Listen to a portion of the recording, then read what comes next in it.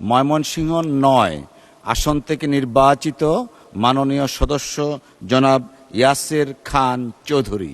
জনাব ইয়াসের খান চৌধুরী, আপনার সময় ৬ মিনিট। ধন্যবাদ আপনাকে। বিসমিল্লাহির রহমানির রহিম। মাননীয় স্পিকার, আপনাকে ধন্যবাদ। মহান জাতীয় সংসদে প্রথমবারের মতো বক্তৃতা দিতে পারছি এবং প্রথমবারের মতো নির্বাচিত হয়ে সংসদে আসতে পেরেছি বলে আমি মহান রাব্বুল আলমিনের দরবারে শুকরিয়া আদায় করছি। মাননীয় স্পিকার, আমি শ্রদ্ধাভরে স্মরণ করি মহান স্বাধীনতার ঘোষক শহীদ রাষ্ট্রপতি জিয়াউর রহমানকে, যার জন্য, যার পরিচয় দিয়ে, যার গঠন করা দলকে দিয়ে আমরা আজকে রাজনৈতিকভাবে, সামাজিকভাবে প্রতিষ্ঠিত হতে পেরেছি।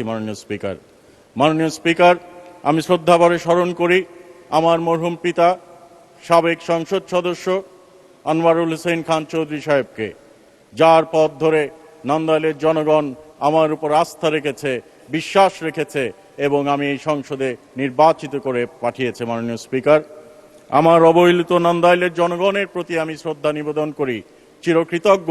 তারা বারবার আমার পরিবারের প্রতি আস্থা রেখে এই মহান জাতীয় সংসদে প্রতিনিধিত্ব করার জন্য আমাকে এবং আমার পূর্বপুরুষদের এই মহান জাতীয় সংসদে পাঠিয়েছিল, সংসদ সদস্য নির্বাচিত করে। মাননীয় স্পিকার, নন্দাইলের একজন কৃষকের স্বপ্ন, একজন যুবকের স্বপ্ন, একজন শ্রমিকের স্বপ্নই আমার স্বপ্ন। মাননীয় স্পিকার, তাদের স্বপ্ন বাস্তবায়ন করার জন্য আমি ওয়াদাবদ্ধ, তাদের এলাকার উন্নয়নের জন্য আমি ওয়াদাবদ্ধ, প্রতিশ্রুতিবদ্ধ। মাননীয় স্পিকার, আমি তাদের নেতা নই, আমি তাদেরকে আশ্বস্ত করেছি আমি তাদের সেবক হয়ে, তাদের কর্মী হয়ে নন্দাইলের উন্নয়ন করতে চাই, তাদের পাশে থাকতে চাই। মাননীয় স্পিকার, আপনার মাধ্যমে সংশ্লিষ্ট মন্ত্রী মহোদয়কে জানাতে চাই, আমার এলাকায় প্রায় 1250 কিলোমিটার কাঁচা রাস্তা রয়েছে।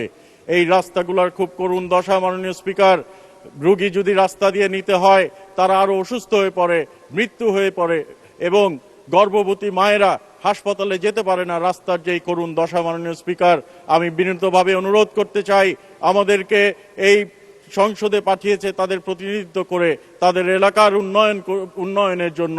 মাননীয় স্পিকার, আমরা মাননীয় প্রধানমন্ত্রী তারেক রহমান সাহেবের প্রতিশ্রুতি বাস্তবায়নের জন্য ওয়াদাবদ্ধ।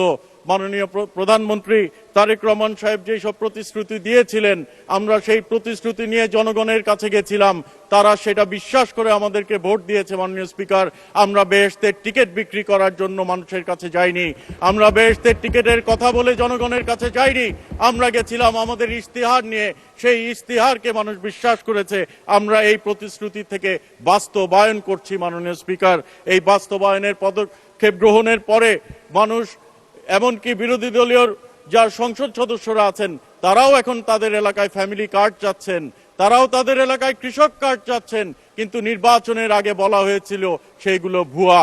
মাননীয় স্পিকার, আমরা বলতে চাই, বাংলাদেশ জাতীয়তাবাদী দল উন্নয়নের রাজনীতিতে বিশ্বাস করে। বাংলাদেশ জাতীয়তাবাদী দল যেই প্রতিশ্রুতি দেয় সেই প্রতিশ্রুতি বাস্তবায়ন করে। জুলাই সনদ নিয়ে অনেক কথা হয়েছে। মাননীয় স্পিকার, আমরা এই জুলাই সনদ নিয়ে এই সংসদে ডিবেট করেছি।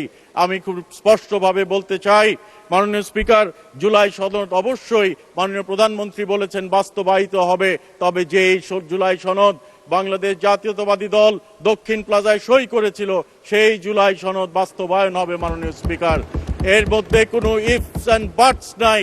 তবে যদি জনগণের দৃষ্টি অন্যদিকে ফিরাতে হয়, জনগণের দৃষ্টি ফিরানোর চেষ্টা করা হয়, অপচেষ্টা করা হয়, তাহলে সেটা হবে আত্মঘাতী।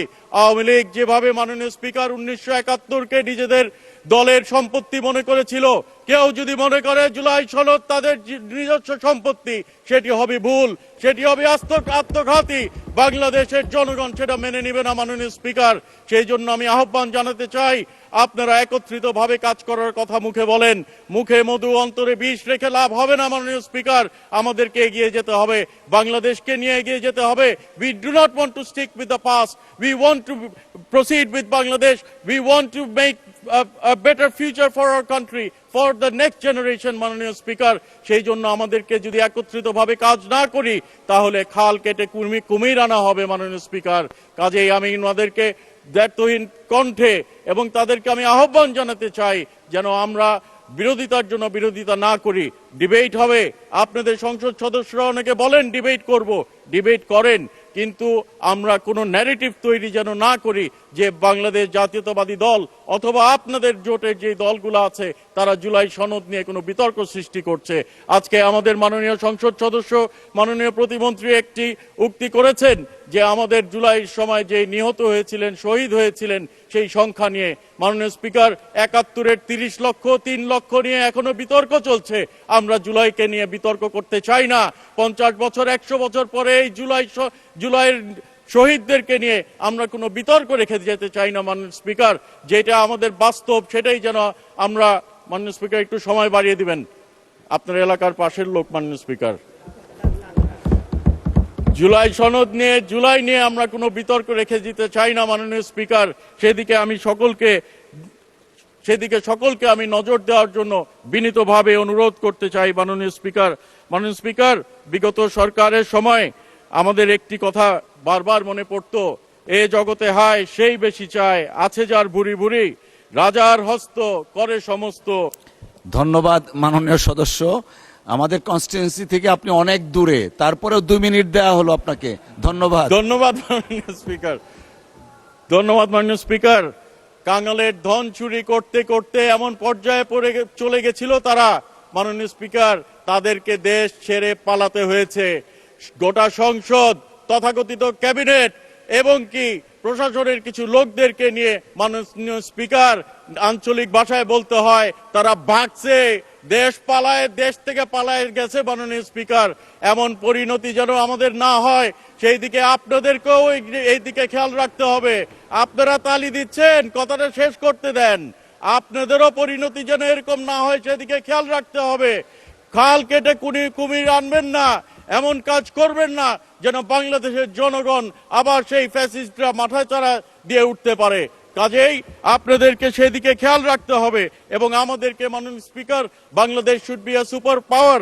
আমাদের মাননীয় প্রধানমন্ত্রী সেই দিকে এগোচ্ছেন, কাজ করে যাচ্ছেন, অক্লান্ত পরিশ্রম করছেন।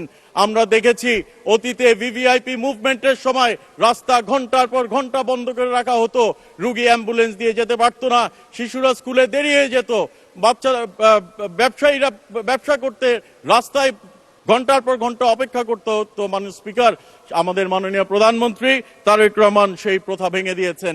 নিজে এখন সিগন্যালে দাঁড়ান, এই প্রথাগুলা যে গঠন হয়েছে, এই প্রথাগুলা যে তিনি করছেন সেগুলা যেন অব্যাহত রাখে, সেই জন্য আমাদেরকেও তাকে সহযোগিতা করতে হবে।